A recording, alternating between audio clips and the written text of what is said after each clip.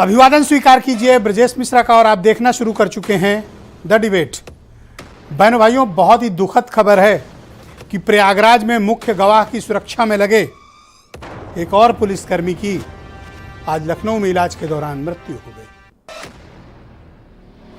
किसी भी पुलिसकर्मी की यह दूसरी शहादत है जो एक गवाह को बचाने के लिए पुलिस ने दी है। बहनों भाइयों, आज बुलडोजर की भी कार्रवाई हुई, उनके घर भी ध्वस्त किए गए जो इस हत्याकांड में किसी न किसी भूमिका में हैं, लेकिन अब तक मुख्य आरोपियों तक पुलिस का न पहुंचना भी उतना ही चिंताजनक है। और अतीक अहमद साबरमती जेल में बंद है और उसके विरुद्ध कोई वहां पर कार्रवाई न होना भी कई सवाल खड़े करता है। आज की हमारी परिचर्चा इसी विषय पर केंद्रित है। बहन भाइयों, आज एक बेहद दुखद खबर है। लखनऊ के संजय गांधी पीजीआई अस्पताल में इलाज के दौरान कांस्टेबल राघवेंद्र सिंह की भी मृत्यु हो गई। राजू पाल हत्याकांड के मुख्य गवाह उमेश पाल की सुरक्षा में लगे ये दूसरे पुलिसकर्मी की मौत। एक घटनास्थल पर ही बहुत बुरी तरह जख्मी हो गए थे, जिनका इलाहाबाद के एक हॉस्पिटल में मृत्यु हो गई थी, और दूसरे बहुत गंभीर रूप से जख्मी राघवेंद्र सिंह को लखनऊ लाया गया था और अब से थोड़ी देर पहले उनकी मृत्यु हो गई। बहनों भाइयों, पुलिस के 2 जवानों की शहादत और एक माफिया का आतंक ये उत्तर प्रदेश को बेचैन किए हुए है। उत्तर प्रदेश के 25 करोड़ लोगों के मन में इस माफिया को लेकर तमाम प्रश्न चिन्ह खड़े हो रहे हैं। यह वक्त है कि इस माफिया के खिलाफ उत्तर प्रदेश की सरकार और उत्तर प्रदेश की पुलिस को इस गैंग को नेस्तो नाबूद कर देना चाहिए। मैंने कल भी डिबेट में ये बात कही थी, मुझे अभी भी हैरानी है कि इतनी भी कार्रवाई के बाद भी इसके गैंग के मुख्य शूटर्स खुलेआम घूमते रहे और प्रयागराज पुलिस निहायत लापरवाह बनी रही, क्योंकि जिन शूटरों ने इस हत्याकांड को अंजाम दिया वो अतीक अहमद के पुराने साथी हैं, पुराने शूटर्स हैं, और अधिकांश उसमें सम्मिलित थे।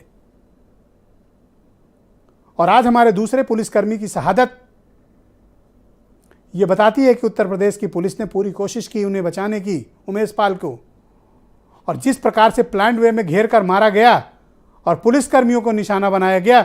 बिकरू कांड के बाद यह दूसरी बड़ी घटना है जब पुलिस पर अटैक हुआ है। 2 पुलिसकर्मियों का मारा जाना बहनों भाइयों यह असाधारण है। मुख्य गवाह का नेशनल हाईवे पर ब्लॉक करके गोलियों की बौछार और बमों की बौछार करके मर्डर कर देना, यह उत्तर प्रदेश में बहुत ही चौंकाने वाली बात है। मुख्यमंत्री कह रहे हैं कि हम उन्हें मिट्टी में मिला देंगे। आज कुछ लोगों के घर मिट्टी में जरूर मिले, कार्रवाई पुलिस ने शुरू की, लेकिन वो फरार हैं जो 3 इस घटना के मुख्य किरदार हैं। अतीक अहमद का बेटा असद, जो फायरिंग करते हुए पहली स्ट्राइक कर रहा है, गुड्डू मुस्लिम जो सेकंड शूटर है बगल में उसके, और तीसरा अरमान सिविल लाइंस प्रयागराज का रहने वाला। ये दोनों अतीक अहमद के साथ आज से नहीं लंबे वक्त से उसके आपराधिक कृत्यों में लिप्त हैं।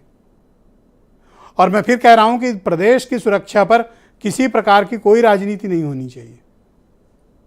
जो गुंडा है, अपराधी है, क्रिमिनल है, एक्सटॉर्शनिस्ट है, मर्डरर है, उसके सफाई के लिए किसी भी हद तक पुलिस को जाना पड़े तो जाना चाहिए पुलिस को। कानून के दायरे में जितने भी पुलिस के पास ऑप्शंस हैं, जितने भी इन्फोर्समेंट के तरीके हैं, वो अपनाए जाने चाहिए। और इस माफिया के गैंग का सफाया प्रयागराज और उसके आसपास के जनपद में शांति की गारंटी होगा। इस प्रकार की घटनाएं उत्तर प्रदेश में गवाहों को भी डराती हैं कि माफियाओं के खिलाफ गवाही देने का अंजाम क्या है। 100 से अधिक मुकदमे के बावजूद इसके खिलाफ गवाही कोई नहीं देता। कारण इसका यही है। जब आप ये कहें कि जीरो टॉलरेंस, तो जीरो टॉलरेंस उस जमीन पर दिखे और ऐसे माफियाओं के खिलाफ ऐसी कार्रवाई हो कि दूसरे माफिया भी सबक लें। माफियाओं के विरुद्ध कार्रवाई में, अपराधियों के विरुद्ध कार्रवाई में, क्रिमिनल्स के विरुद्ध कार्रवाई में किसी प्रकार का कोई लिहाज नहीं होना चाहिए, कोई भेदभाव की भावना नहीं होनी चाहिए। एक गुंडा अंत में गुंडा है, उसका धंधा है अपराध करना, फिरौती वसूलना, उसका धर्म है पैसा, उसका धर्म है बेहिसाब ताकत और अपराध के जरिए लोगों का दमन करना। गुंडे और अपराधियों की ना कोई जाति होती है, ना कोई धर्म होता है, और ये बात सब पर लागू है, सिर्फ अतीक अहमद पर लागू नहीं है, सभी माफियाओं पर लागू है। तो ये वक्त है कि उत्तर प्रदेश की सरकार को इस पर बहुत निर्णायक एक्शन लेने की और इस गुंडे की कहानी को जनता के समक्ष प्रस्तुत करने की। मैं अभी भी कह रहा हूं कि साबरमती की जेल में बैठकर ये गुंडा उत्तर प्रदेश में खून बहा रहा है और इसके खिलाफ अभी तक साबरमती में भी शिकंजा नहीं कसा गया है। यह जरूर चिंता की बात है। 100 से अधिक इसके खिलाफ मुकदमे ट्रायल में इसको कभी उत्तर प्रदेश नहीं लाया गया, लाया जाना चाहिए। बात तो सुप्रीम कोर्ट तक भी पहुंच गई है, लेकिन वक्त है कि उत्तर प्रदेश की पुलिस इस तरह के गैंग के खात्मे पर काम करे। आप कुछ स्टेटमेंट सुने, आज की परिचर्चा को फिर आगे बढ़ाएंगे।